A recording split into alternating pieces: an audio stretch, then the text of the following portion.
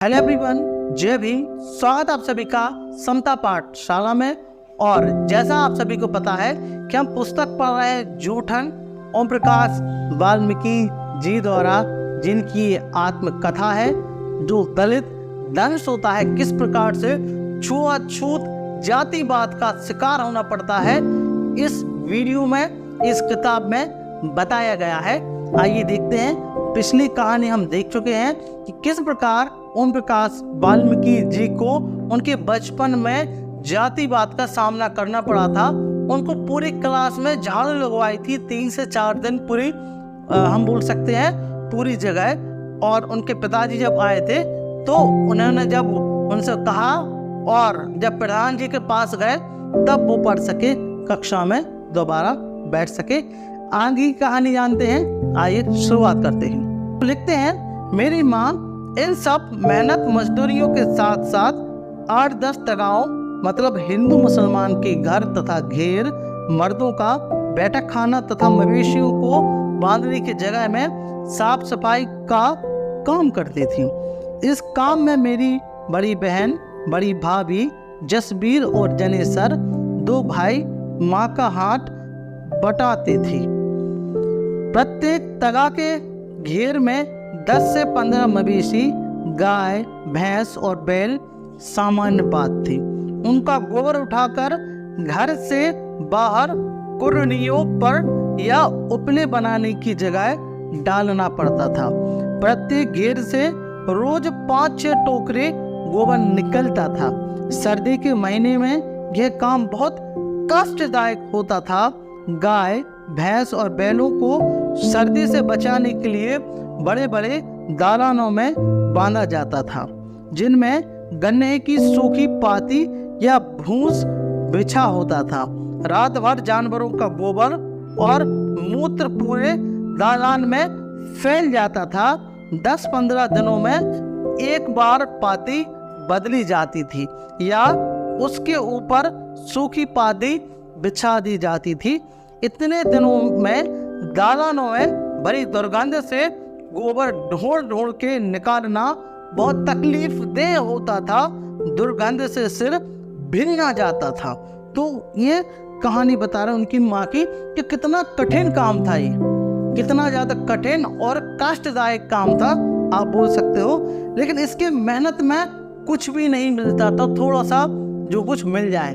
कहानी में देखते हैं कि इन सब कामों के बदले मिलता था 2 जानवर पीछे फसल के समय 5 सेर अनाज, यानी आज 2.5 किलो अनाज मिलता था। कितना? 5 सेर। 5 सेर अनाज मतलब 2.5 किलो अनाज। इतना सारा काम करने के बाद 10 मवेशी वाले घर से साल भर में 25 सेर। जब आप 1 साल काम करो, कितना गंदा काम और इतना कष्टदायक काम, आपको लगभग 12 से 13 किलो क्या मिलता था? अनाज मिलता था। दोपहर को प्रत्येक घर से एक बची खुची रोटी, कैसी बची खुची रोटी, जो खास तौर पर चूहों को देने के लिए आटे में भूसी मिलाकर बनाई जाती थी। कभी कभी झूठन भी भंगन की टोकरी में डाल दी जाती थी। जो झूठी रोटी थी वह भी भंगन की टोकरी में डाल दी जाती थी। शादी विवाह के मौकों पर, जब शादी विवाह होता था तो क्या होता था, सुनिए कि शादी विवाह के मौके पर जब मेहमान या बाराती खाना खा रहे होते थे तो चूड़े दरवाजे के बाहर बड़े बड़े टोकरे लेकर बैठते थे। बारात के खाना खा चुकने पर झूठी पत्तलें उन टोकरों में डाल दी जाती थी, जिन्हें घर ले जाकर झूठन इकट्ठी कर लेते थे। पूरी के बचे खुचे टुकड़े, एक आधा मिठाई का टुकड़ा या छोटी मतलब थोड़ी बहुत सब्जी पत्तल भर पाकर बाँछें खिल जाती थी। जूठन चटकारे लेकर खाई जाती थी। जिस बारात की पत्तलों से जूठन कम उतरती थी, कहा जाता था कि भुक्खड़ लोग आ गए हैं बारात में। जिन्हें कभी खाने को नहीं मिला, सारा चट कर गए। अक्सर ऐसे मौके पर बड़े बूढ़े ऐसी बारातों का जिक्र बहुत रोमांच लहजे से सुनाया करते थे कि उस बारात में इतनी जूठन आई थी कि महीने भर खाते रह गए। तो ये हस्र था अछूतों का, अभी भी है, लेकिन उतना नहीं है, थोड़ा सा कम हुआ, लेकिन अभी भी है, ऐसा खाने को मिलता था, हम बोल सकते हैं। पत्तलों में जो पुरियों के टुकड़े इकट्ठे होते थे उन्हें धूप में सुखा लिया जाता था। चारपाई पर कोई कपड़ा बिछाकर उन्हें फैला लिया जाता था। अक्सर मुझे पैरे पर बिठाया जाता था ओम प्रकाश वाल्मीकि जी को, क्योंकि सूखने वाली परियों मतलब पूरियों पर कप्पे, मुर्गियां, कुत्ते अक्सर टूट पड़ते थे। जो बचा कुचा रखा है उसको क्या करना है, उसको सुखा लिया और उसकी रक्षा करना है ताकि कुत्ते बिल्ली ना खा जाए। जरा सी आंख बची कि पुरियां साफ, इसलिए डंडा लेकर चारपाई के पास बैठना पड़ता था। ये सूखी पुरियां भारत के कठिन दिनों में बहुत काम आती थी, जिन्हें पानी में भिगोकर उबाल लिया जाता था। उबली हुई पुरियों पर बारीक मिर्च और नमक डालकर खाने में मजा आता था। कभी कभी गुड़ डालकर लुगदी जैसा बना लिया जाता था, जिसे सभी बहुत चाव से खाते थे। आप लोग बोल सकते हैं ना, जब हम गांव की बात करते हैं ना, तो बड़े बड़ा बोलते हैं उसके गांव ऐसा है वैसा है, लेकिन गांव जातिवाद की फैक्ट्री है, हम बोल सकते हैं। आज जब मैं उन बातों के बारे में सोचता हूं तो मन के भीतर कांटे उगने लगते हैं। कैसा जीवन था, दिन रात मर खप कर भी हमारे पसीने की कीमत मत जूठन, फिर भी किसी को कोई शिकायत नहीं, कोई शर्मिंदगी नहीं, कोई पश्चाताप नहीं। जब मैं छोटा था माँ के साथ जाता था। माँ पिताजी का हाथ बटाने तगाओं मतलब त्यागियों के खाने को देखकर अक्सर सोचा करता था कि हमें ऐसा खाने क्यों नहीं मिलता। आज जब सोचता हूँ तो जी मिथिलाने लगता है। अभी पिछले दिनों मेरे नवास पर सुखदेव सिंह त्यागी का पोता सुरेंद्र त्यागी आया। मतलब जो बात बता रहा है यह प्रेजेंट में बात बता रहा है, मतलब उस किताब में कि बचपन की कहानी बता रहे थे, अब प्रेजेंट की कहानी बता रहा है। मतलब अभी पिछले वर्ष मेरे नवास पर सुखदेव सिंह त्यागी का पोता आया किसी इंटरव्यू के सिलसिले में। गांव से मेरा पता लेकर आया था। रात में रुका। मेरी पत्नी ने उसे यथासंभव अच्छा खाना खिलाया। खाना खाते खाते वह बोला, भाभी आपके हाथ का खाना तो बहुत जायकेदार है, हमारे घर में तो कोई भी ऐसा नहीं बना सकता। उसकी बात सुनकर मेरी पत्नी तो खुश हो गई, लेकिन मैं काफी देर विचलित रहा। बचपन की घटनाएं स्मृति का दरवाजा खटखटाने लगी। सुरेंद्र जब पैदा भी नहीं हुआ था, बड़ी बुआ यानी माफ करना सुखदेव सिंह त्यागी की लड़की, उसके यहाँ मेरी माँ साफ सफाई करती थी। शादी से 10-12 दिन पहले माँ पिताजी ने सुखदेव सिंह त्यागी के घर आंगन से लेकर बाहर तक के अनेक काम किए। बेटी की शादी का मतलब गांव भर की इज्जत का सवाल था। कहीं कोई कमी न रह जाए, गांव भर से 4 पाइयां ढो ढो कर जनवासी में इकट्ठी की थी पिताजी ने। बारात खाना खा रही थी। माँ टोकरा लिए दरवाजे से बाहर बैठी थी। मैं और मेरी छोटी बहन माया माँ से सिमटे बैठी थी, उस उम्मीद से कि भीतर से जो मिठाई और पकवानों की महक आ रही है वह हमें भी खाने को मिलेगी। मतलब जब सब लोग खाना खाकर चले गए तो मेरी माँ ने सुखदेव सिंह त्यागी को दलान से बाहर आते देख कहा, क्या कहा? चौधरी जी ई तो सब खाना खा के चले गए, मैं जागतों मतलब बच्चों को भी एक पत्तल धर के कुछ दे दो, वो भी इस दिन का इंतजार कर रहे थे। सुखदेव सिंह ने झूठी पत्तलों से भरे टोकरों की तरफ इशारा करके कहा, टोकरा भर तो झूठा ले जा रही है, ऊपर से जागतों के लिए खाना मांग रही है, अपनी औकात में रहे चोरनी। उठा टोकरा दरवाजे से और चलती बंद। सुखदेव सिंह त्यागी के वे शब्द मेरे सीने में चाकू की तरह उतर गई थी, जो आज भी अपनी जलन से मुझे झुलसा रही है। तो 10-12 दिन से उनके यहाँ काम कर रहे और मिलने को क्या मिल रहा? जूठन। क्या लगते हैं आगे? उस रोज मेरी माँ की आंखों में दुर्गा उतर आई थी। माँ का वैसा रूप मैंने पहली बार देखा था। माँ ने टोकरा वहीं बिखेर दिया, सुखदेव से कहा, इसे ठाके अपने घर में धर ले, कल ताकड़े बारातियों को नाश्ते में खिला देना। अब मेरी वैसी लैंग्वेज नहीं है, माफ करना, मैं बुंदेलखंड से हूँ, तो मेरा उतना प्रेम से नहीं है, बट मैं ट्राई कर रहा हूँ। हम दोनों भाई बहन का हाथ पकड़ के तीर की तरह उठ चल दी। सुखदेव से माँ पर हाथ उठाने के लिए झपटा था, लेकिन मेरी माँ ने शेरनी की तरह सामना किया था, बिना डरे। उसके बाद माँ कभी उसके दरवाजे पर नहीं गई और जूठन का सिलसिला भी उस घटना के साथ बंद हो गया था। वहीं सुखदेव से मेरे नवाज पर एक बार आया था। मेरी माँ ने गांव देहात के बुजुर्ग के नाते उनका आदर सत्कार किया। उसने मेरे घर खाना भी खाया था, लेकिन जब वह चला गया तो मेरे भतीजे संजय खैरवाल, जो BCS का छात्र है, मतलब BSc का छात्र माफ करना, ने बताया कि चाचा जी, उन्होंने सिर्फ आपके यहाँ खाना खाया है, हमारे घर तो पानी भी नहीं पिया था। मेरे बड़े भाई सुखबीर सुचेत तगा के सालाना नौकर थे। मैं उन दिनों 5वीं कक्षा में था। उनकी उम्र रही होगी लगभग 25-26 वर्ष। गहरे सावनी रंग के लंबे छहरे कसरती बदन के थे। एक रोज एक जंगली सांड गांव में घुस आया। कई लोगों ने उसको अपने नुकीले सींगों से घायल कर दिया था। तगाओं के घेरे जहां मवेशी बांधे होते हैं, मतलब बांधे जाते हैं, मैं घुसकर बैलों और भैंसों और गायों को घायल कर चुका था। लोग छत पर चढ़कर तमाशा देख रहे थे। किसी तगा में इतना साहस नहीं था कि जंगली सांड को गांव से बाहर निकाल दे। सुखबीर उस समय सुचेत के खेत से लौट रहा था।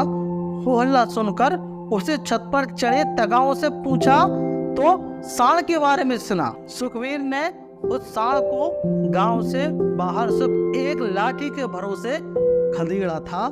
उसके हौसले और ताकत ने पूरे गांव में धाक बैठा दी थी। बहुत दिनों तक गांव भर में चर्चा होती रही। एक दिन काम से लौटे तो बदन बुखार से तप रहा था। हफ्ते भर बिस्तर पर पड़े रहे, उचित दवा दारू और बिना इलाज के चल बसे। परिवार पर जैसे गाज गिर पड़ी, सब कुछ तितर बितर हो गया था। इस हादसे ने पिताजी बुरी तरह टूट गए थे। माँ का यह हाल था कि थोड़ी थोड़ी देर बाद मूर्छित हो जाती थी। भाभी छोटी उम्र में ही विधवा हो गई थी। घर की हालात जो भाई के कारण सुधर रही थी, अचानक एक खतरे मोड़ पर आ रही थी।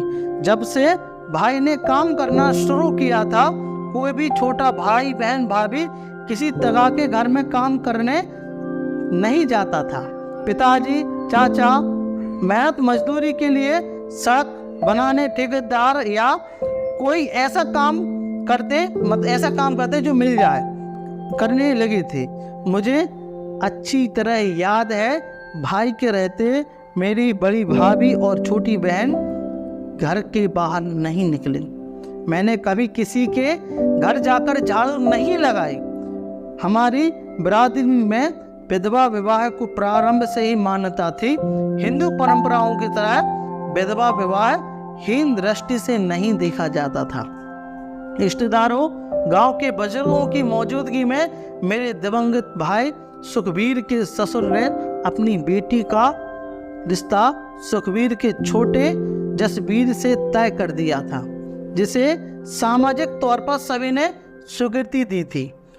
उस समय बड़े भाई का एक बड़ा बेटा नरेंद्र लगभग 1.5 बरस का था और भाभी गर्भवती भी थी। देवेंद्र भाई की मृत्यु के 6-7 बाद हुआ था। इस घटना के बाद परिवार का पूरा बोझ जसबीर के कंधों पर आ पड़ा था। गांव में जो मिलता था उससे गुजारा नहीं था। घर की आर्थिक स्थिति नाजुक थी। एक दिन तीर्थराम एंड कंपनी के साथ जसबीर आदमपुर चला गया। उन दिनों आदमपुर पंजाब में भारतीय वायु सेना के लिए हवाई अड्डा बन रहा था। कुछ ही दिनों बाद वह कंपनी बागडोगरा बंगाल हवाई अड्डा बनाने चली गई थी। कई महीनों बाद बागडोगरा से जसबीर का खत आया। अब जो खत आया तो क्या हुआ देखते हैं कि बंगाल का नाम सुनते ही माँ झराट मच गई, मतलब रोकर झराट मच गई। माँ की स्मृति में बंगाल की धारणा उन दिनों प्रचलित धारणा और मान्यताओं पर आधारित थी, जिसमें रविंद्रनाथ टैगोर क्रांतिकारियों का बंगाल नहीं था, काले जादू टोनी टोटको का बंगाल था, जहां औरतें आदमी को जादू से बकरा बनाकर आंगन में बांध लेती थी। जिस दिन से खत मिला था माँ दिन रात रोती रहती थी। एक छोटा बेटा दुनिया से चला गया, दूसरा परदेश, घर पर मनहूसियत छा गई थी। भाभी बीमार रहने लगी थी, घर में रोटी की लाले पड़ गए थे। जो मिल जाता था खा लेते थे। ना कोई हंसता था, ना एक दूसरे से कुछ बोलता था। भाभी गुमसुम घुटनों में सिर बैठाए दिए बैठी रहती थी, जैसे हर कोई अपने अपने खोल में उलझ गया था। मैं 5वीं कक्षा पास कर चुका था, 6ठी में दाखिला लेना था। गांव में ही त्यागी इंटर कॉलेज बरला था, जिसका नाम बदलकर अब बरला इंटर कॉलेज बरला कर दिया था। घर के जो हालात थे उसमें दाखिला लेने का सवाल ही नहीं उठता था।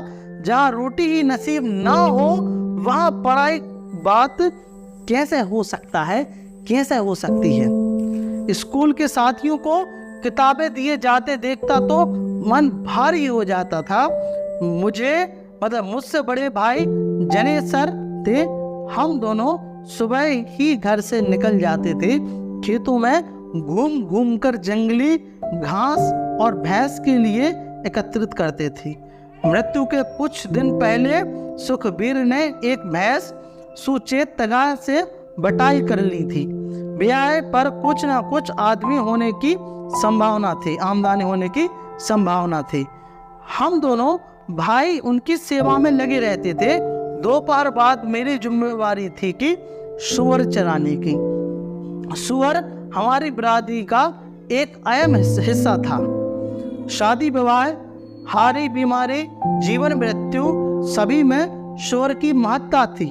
जहाँ तक कि पूजा अर्चना भी सूअर के बिना अधूरी थी।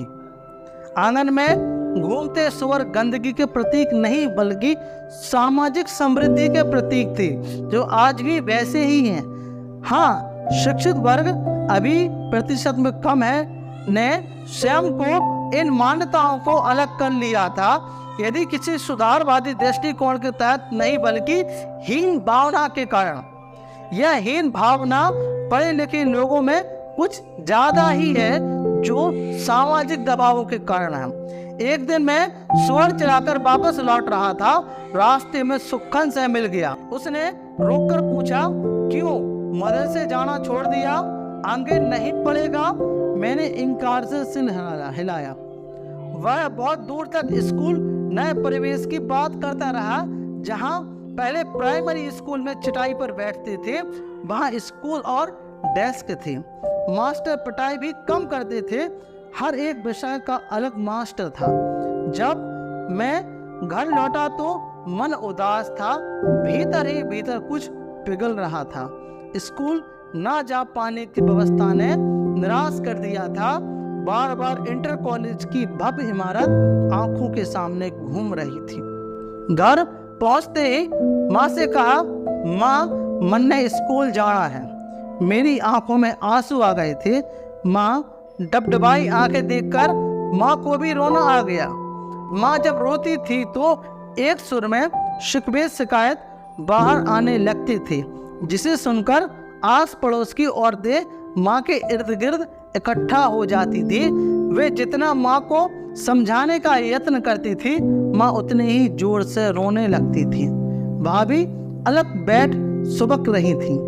वैसे भी भाई की मौत ने उसे अलग थलग सा कर दिया था। भाभी के पास गहने के नाम पर चांदी की एक पाजेब थी, जिसे वह हमेशा शादी के कपड़ों में सहेज कर रखती थी। माँ का रोना धोना जारी था। भाभी ने अपना ट्रेन का बक्सा खोला और वह पाजेब लाकर माँ के हाथ में रख दी। क्या बोले कि इसे बेच के लल्ला का दाखरा करा दूं। आस पड़ोस की औरतें मेरी भाभी के इस स्नेह को देखकर अभिभूत हो गईं। मैं खुद भाभी से लिपट कर रोया था। उस वक्त मुझे अपने बड़े भाई सुखबीर की बहुत याद आई थी। वह दिन आज भी मेरे भीतर हौसला जगाता है। पिताजी ने भाभी को बहुत मना किया, ना बहू इसे ना बेच, मैं कुछ ना कुछ करके इसे स्कूल भेजूंगा, तू फिक्र ना कर, ये एक ही तो चीज है तेरे पास, उसे भी भेज दे, रख ले इसे। भाभी नहीं मानी और जिद करके माँ के हाथ में वह पाजेब दे दी। वैद्य सत्यनारायण शर्मा पुरोहितगिरी के साथ साथ सोने चांदी के कारोबार गिरवी रखने, खरीदने और सूद पर रुपया का धंधा चलाने का काम करते थे। माँ ने पाजेब उनके पास गिरवी रख दी थी। इस तरह 6ठी कक्षा में मेरा दाखिला हुआ था। अब आगे के वीडियो में जानेंगे कि किस प्रकार से उन्हें भी सामना करना पड़ा जातिवाद का और स्कूल की स्टोरी। तो आपको अभी तक ये स्टोरी कैसी लगी, प्लीज़ मुझे वीडियो में ज़रूर बताएं। यदि आपको वीडियो अच्छा लगा हो तो प्लीज़ इसको लाइक करें, चैनल पर ना है तो सब्सक्राइब करें। Thank you very much, thanks for watching. जय भीम, जय भारत।